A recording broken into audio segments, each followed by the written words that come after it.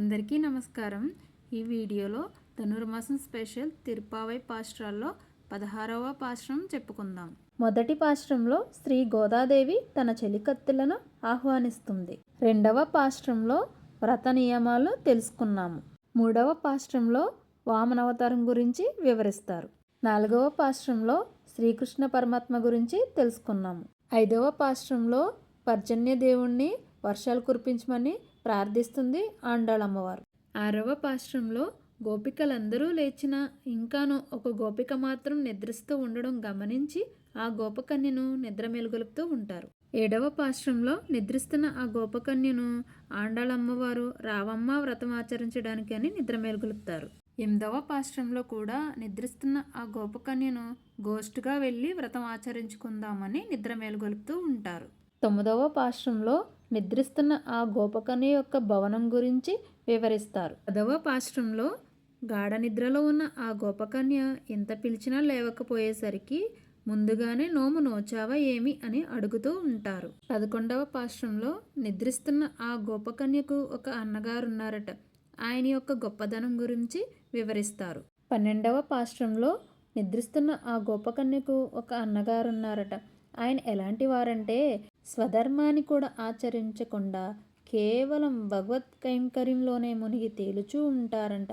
అలాంటి వ్యక్తి యొక్క చెల్లెలి అయిన గోపకన్యను నిద్ర మేలుకొల్పుచున్నారు. 13వ పాశ్రంలో నిద్రిస్తున్న ఆ గోపకన్య నిద్ర నుంచి మేలుకొని కళ్ళు తెరిచి చూస్తుంది. 14వ పాశ్రంలో నిద్రిస్తున్న ఆ గోపకన్య ఇంటిలోని తోటని వర్ణిస్తారు. అలాగే ఆ పరమాత్మ యొక్క నేత్ర సౌందర్యాన్ని కూడా వర్ణిస్తారు. ఇప్పటి వరకు లేపబడిన గోపికలందరూ ఒక ఎత్తు అయితే ఈ 15వ పాశ్రంలో గోపిక ఒక ఎత్తు. 16వ పాశ్రంలో గోపికలందరూ కలిసి స్వామివారి దర్శనానికి వెళ్తారట. అది ఈ 16వ పాశ్రంలో తెలుసుకుందాం. జై రామానుజ. 16వ పాశ్రం చెప్పుకుందాం. నాయహణాయ్ నిండ్ర నంద గోపనుడయా కోయిల్ కాపానే கோடி தோன்றும் தோரண வாசல் காப்பானே மணிக்கதவம் தாழ் திறவாய் ஆயர் சிறுமியரோ முக்கு அரைப்பறை மாயன் மணிவண்ணன் நின்னலே வாய் நேர்தான் துயோமாய் வந்தோம் துயிரெஜப்பாடுவான் வாயால் முன்னம் மாத்தாதே அம்மா నీ నేష నిలై కదవం నీ కేలోరెం పావాయ్. ఇప్పుడు ఈ పాశ్రానికి భావం చెప్పుకుందాం. మాకందరకును ప్రభుడైన నందగోపుని యొక్క తిరుమాళిగను రక్షించువాడా, మమ్ము లోనికి పోనిమ్ము. మేము వ్రేపల్లెలో నుండు గొల్లపిల్లలము. స్వామిని దర్శింపవచ్చాము. పరిశుద్ధులమై వచ్చాము. మణులతో కూడిన గడియను తెరుపుము. మేము స్వామికి శరణాగతి చేసిన వారము.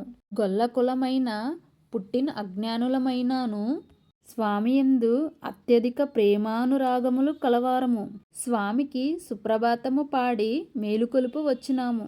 గొల్ల వంశంలో పుట్టిన మాకు ఆశ్చర్య గుణచేష్టితుడును ఇంద్రనీలమణి వర్ణము గల శరీరము కలవాడును అగు శ్రీకృష్ణుడు మాకు పరై అను ధ్వనించుడు వాద్యం నిత్తునని నిన్ననే వాగ్దానము చేసినాడు. ఇప్పుడు నన్య ప్రయోజనములమై స్వామి నిద్ర లేచినట్లుగా సుప్రభాతమును పాడగా వచ్చాము. స్వామి నీ నోటితో వద్దని చెప్పకుము. మమ్ములను అడ్డుకొనక దృఢముగా బంధించిన తలుపు గడియను వెంటనే తెరిచి లోనికి పోనీయమని కావలి వాణిని వేడుకుంటున్నారు. అంటే మనకి అర్థమయ్యే విధంగా అందరికీ నాయకుడై ఉన్న నందగోపుని యొక్క భవన రక్షకుడా, జెండాలతో ప్రకాశించుచున్న తోరణాలతో ఒప్పుచున్న ద్వారకానికి ద్వారక రక్షకుడా, మణులతో పలుకబడిన తలుపుల గడియ తీయుము. గోపబాలికలమైన మాకు ఇంద్రనీలమణి వర్ణుడైన కృష్ణ పరమాత్మ గొల్లపడుచులం మాకు పర అను ఫలాన్ని ఇచ్చెదను అని మాకు నిన్ననే మాట ఇచ్చినాడు. పరిశుద్ధులమై వచ్చాము. మేలుకొలుపునట్లు పాడవలెనని వచ్చితిమి. ముందుగానే నోటితో నిషేధింపకు స్వామి అంటున్నారు.